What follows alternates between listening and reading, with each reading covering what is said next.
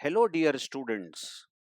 Let's continue our discussion on pumping lemma, where we will take one exercise and try to run the theorem and prove that the language is not regular.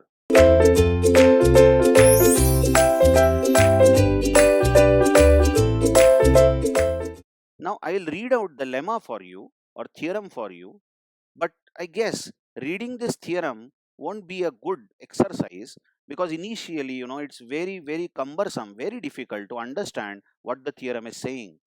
But trust me, after solving just one example, we would be able to solve series of examples. Now, what lemma says, let L be a regular language. Look what lemma is used for. It is used for proving that the language is not regular. So if a language is given to us, we will assume that it is regular language. I repeat, actually we want to prove that the given language L is not regular. But then we will start assuming that the given language L is regular. Okay. And at the end, we will come to a contradiction. Contradiction is a state where we say, oh my God, the first assumption that I made must be wrong. Because if the last step occurs as a contradiction, then it can't be regular. Something like that. This is known as proof by contradiction. So, repeating it, we actually want to prove that L is not regular, but we will start assuming that L is regular. Then you tell me, if L is regular language, then surely there exists a DFA. Yeah, definitely. For any regular language, we saw in the previous video, DFA must exist, and DFA will have some states, let's say P states. This P can be anything. It can be 2, it can be 5, it can be 15 states, depending on the language. But if we assume that L is regular language, then surely DFA will exist and it contains P states. Let's assume. Now, next part of the lemma says, consider some word, some string W, which is element of L. Some language is given to us, then that language will contain many strings which are element of that language. Consider some word, some string which is element of that language. Okay, but you consider such a word whose length, this is length of W, the length of the string is greater than P, greater than number of states. The string that you consider from the language should be such that its length should be greater than, length of the string should be greater than the number of states in the DFA. Here comes the point. One might wonder that if we have a DFA, let's say there is a language L. Just check this point. There is a language L of the form a raised to n b such that n is greater than 1. You know DFA exists for this. And a very quick, in the previous video we saw, a very quick DFA that we constructed was A followed by any number of A's, but last letter should be B, and this is the final state. But after this last letter, if there occurs any other characters, we will send it to dead state, where we will just toggle with A and B, and if the first letter is B1, then we will send it to final state. Now, how many states are there in this? The number of states are 4, including dead state. Number of states are 4. That means P is 4 here. Check this point. This P, the number of states P for our DFA is 4, and given language L, we are assuming that it is regular. Okay, so P is 4. Then can we give a string W, which is element of L, such that W, length of W is greater than P? Yeah, definitely. We can give a string like this, A, B. Check the length of this word, and this word is element of L, isn't it? Length of this word is indeed greater than number of states. And you know, this string will be accepted because after first A, we have A is repeated. So this loops here. And then the last letter, as I'm marking, is B, which will take us to final state. Hence, if W is element of L, then we can take a string where length of W is greater than P. I hope you accept this. Because there are some loops somewhere in the DFA which will eat up many letters of the string. Okay, so where were we in the pumping lemma? Is that you consider a word W which is part of L or element of L such that length of W is greater than P. Okay. Now you think that this W which you have considered, you decompose it into three parts, X, Y, Z. As an example, the string that we considered here, W was considered as 5 times A and then B. This was W.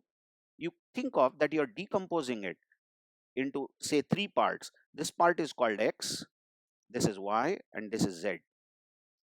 Or you have got 5 times A and then B. You may say this is X, this portion is Y, and this is Z. Some way, some way you decompose this W in three parts and call them as X, Y, Z. Okay, so think of this W decomposed in three parts X, Y, Z such that, now these are the conditions, such that length of X, Y taken together, this is read as length of XY component taken together should be greater than or equal to P. Or what is P? Number of states. But length of Y, only Y if you take, must be greater than 0. That means Y cannot be empty. Y should contain at least one letter because length of Y is greater than 0. Okay, and then comes the last part of the theorem, which is actually the basis, which actually solves the basis, which whatever considerations that we have done, we may get a contradiction here. Okay, but have patience. We will learn this last point, what this last point is, only after making the things very, very clear about what we have written earlier. So let's consider a problem like this. Prove that a raised to n, b raised to n greater than 1 is not regular. And let me tell you, yes, this language L is not regular. Let me tell you that. But this is what we want to prove. We want to prove. That means we want to prove there is no DFA. There is no DFA which can solve this. So what does the lemma say? The lemma says that let the given language, let the given language L be regular. So we start with an assumption that this language a raised to n, b raised to n greater than 1 is regular. So you tell me, if I'm assuming that L is regular, then there exists a DFA. Then there exists a DFA. How many states in the DFA? Let's say that there are P states. There exists a DFA with P states. Now you might ask me, what is this P, sir? Is P4? Is P15? What is it? Hello, we don't know, because we are assuming that somebody has made DFA for this language and that DFA contains P states. P is some number. It might be 40 states. It might be 100 states. We really don't know. But we are assuming that there exists a DFA with P states. Now, let us consider some W which is element of L. Okay, such that length of W should be greater than P. Give me some strings which are part of this language. You tell me, isn't W A comma B? Yeah, this is part of the language. Or W double A double B. Yes, this is also part of the language. Or W triple A triple B is also the part of the language. All such strings are part of the language. So you can consider any such string which is part of the language. But wait a minute. You should consider a word which is part of the language, but the length of the word should be greater than P. And P is the number of states. Here is the most important point that you should realize while working with pumping lemma. Which word should I take? Should I take this word? Or should I take double A double B? Should I take triple A triple B? What if somebody says, sir, take A cube B cube, triple A triple B, because it is element of L. But then are you sure? Are you sure that length of W is greater than P? What is length of W here, by the way? 6. 3 A's and 3 B's. 6 is the length. Then are you sure that length of W is greater than the number of states? You would say, how do I know, sir? Because I don't know P. What is P? Who knows that the DFA constructed with P states, this P might be 40 states. So you would then say, sir, take A raised to 40, B raised to 40. Now the length is 80. Then now definitely length of W, which is 80, is greater than P. But we really don't know P. We don't know the value of P. How many states are there? How can we claim that some particular string which is part of the language will definitely have length greater than P? I hope you are understanding my problem.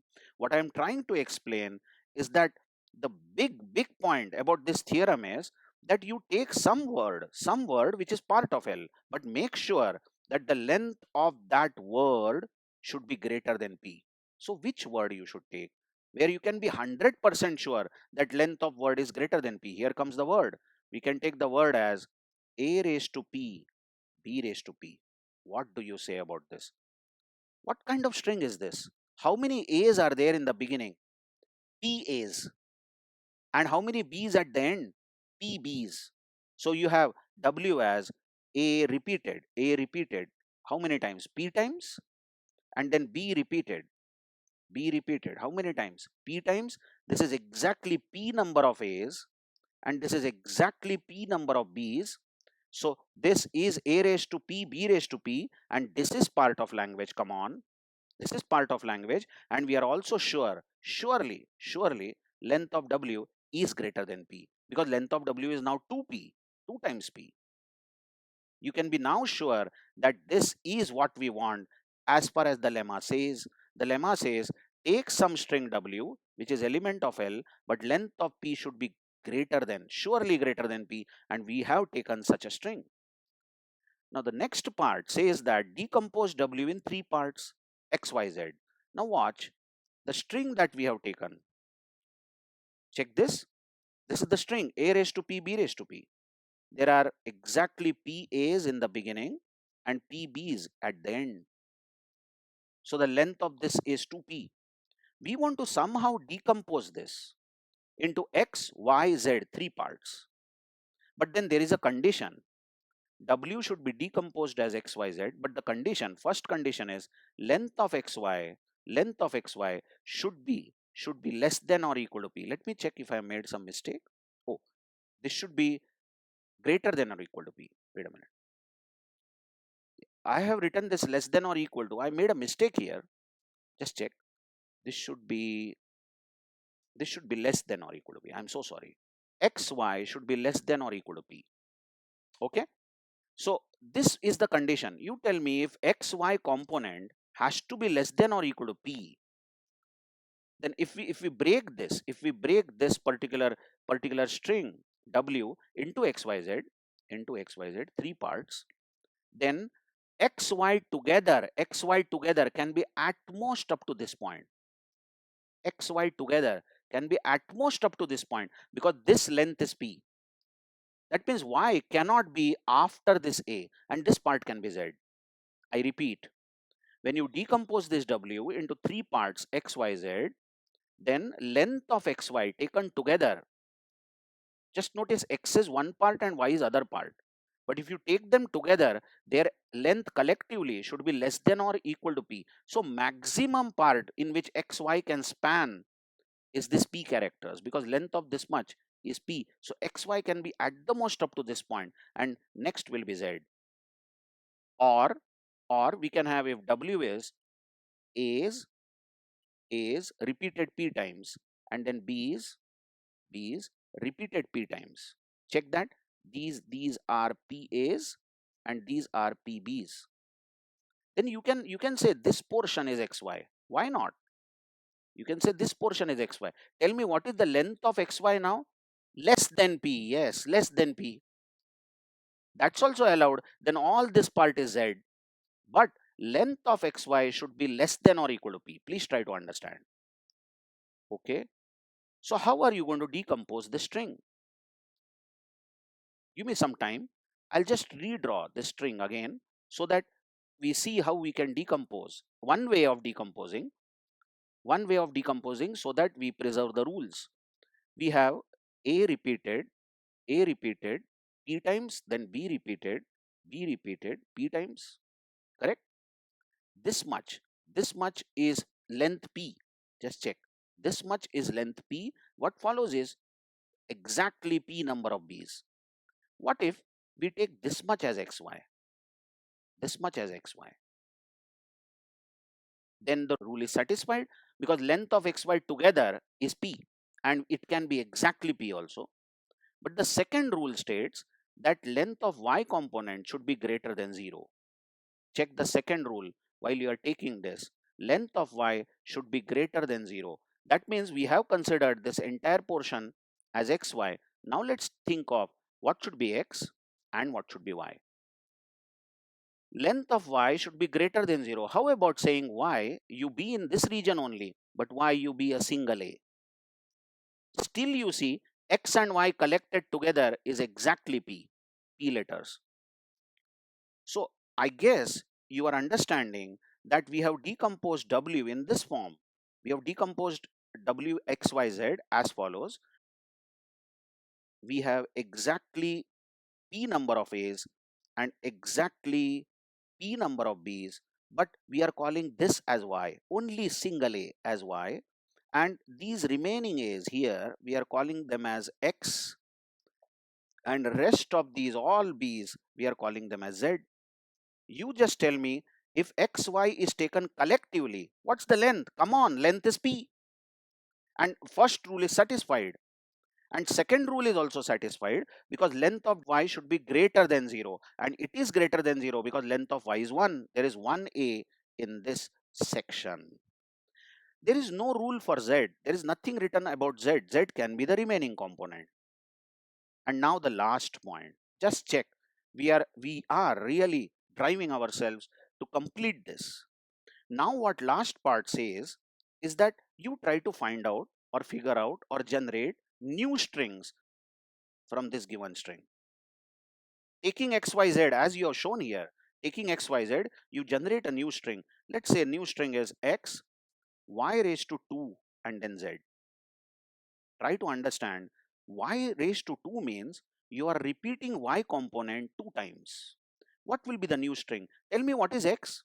Oh yes, x is all these a's. How many a's are there? A's are p minus 1 a's. So here we will write x unchanged. X is p minus 1 a's. This is x in the string w. But it is saying that y should be repeated 2 times. What was y? Y was single a, and we have to repeat that y 2 times. This is y square. Please try to understand.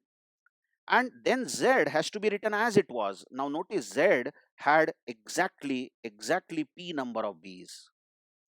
Now what's the new string you got? Be careful, be careful. What's the new string? How many a's are we having now?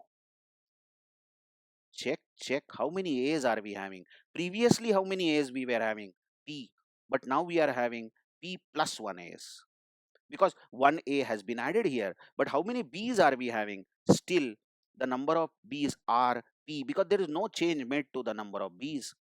But this string, the new string that we have got, generated a new string by repeating y. The new string that we have got is not the element of L. Is not the element of L. And notice, if the language has to be regular, then this new string also should be element of L. But it is not the element of L because number of A's are not matching number of B's. Then we have reached a contradiction. And we have reached the contradiction. So we say that whatever was our assumption, what was our assumption by the way? Our assumption was that given language L is regular, so our assumption is wrong and the language is not regular. Be with me. Same problem I am solving, same problem, but I will not write so many steps. Okay. Let's say language is regular. Then DFA exists and number of states are P states. Let's say DFA has P states. Let's consider W as A raised to P, B raised to P, which is element of L, and surely length of W is greater than P. Definitely. So first rule, first suggestion is satisfied. Now we want to decompose this word into XYZ, correct? Such that length of XY should be less than or equal to P. But this string is nothing but number of A's are PA's and number of B's are P number of B's. What if we say that this component is XY? Some repetitions here. Just mind it. This part is xy. Then surely the length of xy is less than or equal to p, because these are p number of a's. So we can consider this as xy and remaining as z.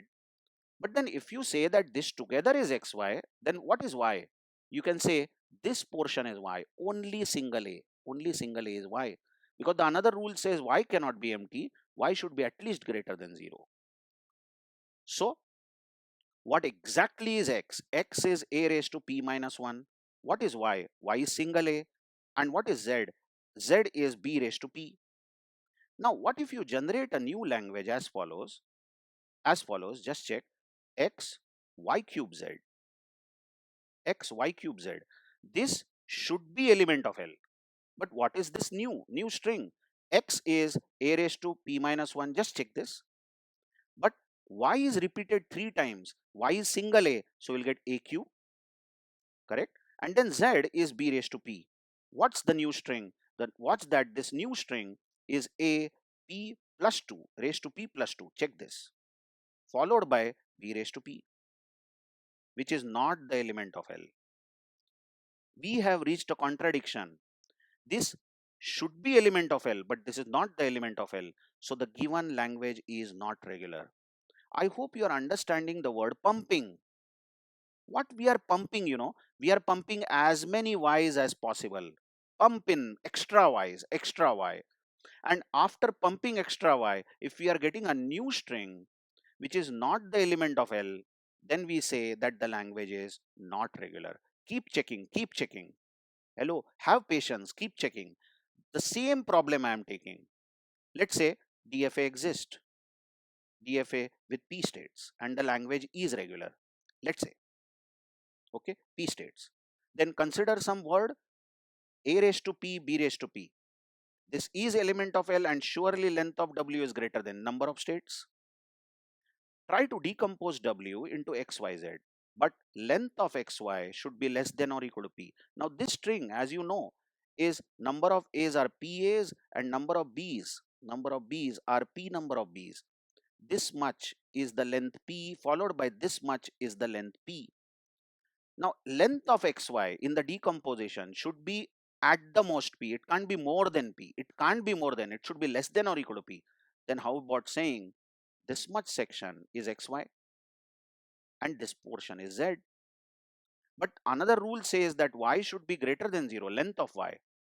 So why don't we say in this section only this is Y? Still you see together XY. If you take XY together, the length doesn't cross P. I hope you are understanding.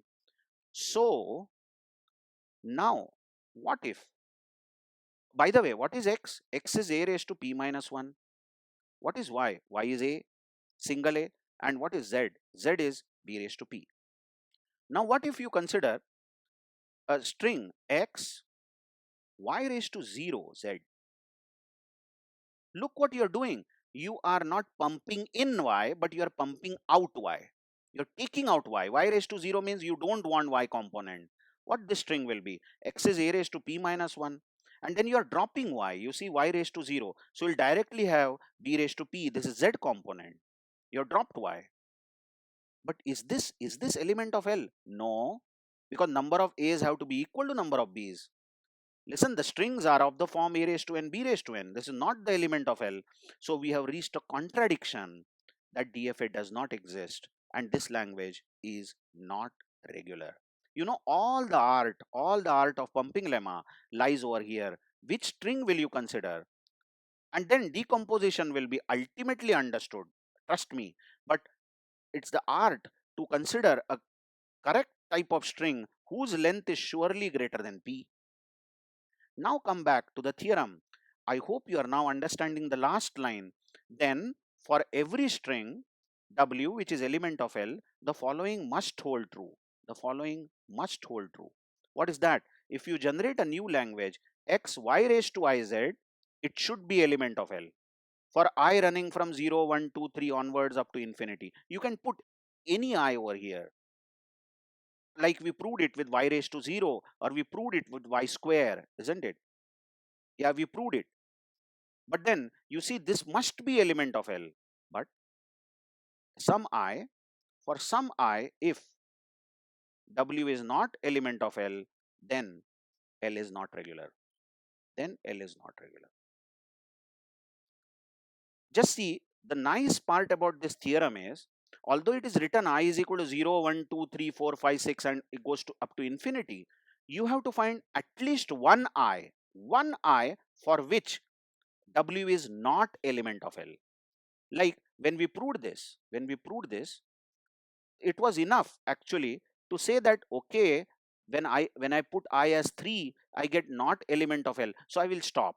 I will not unnecessarily put I equal to 4, I equal to 5, I equal to 6.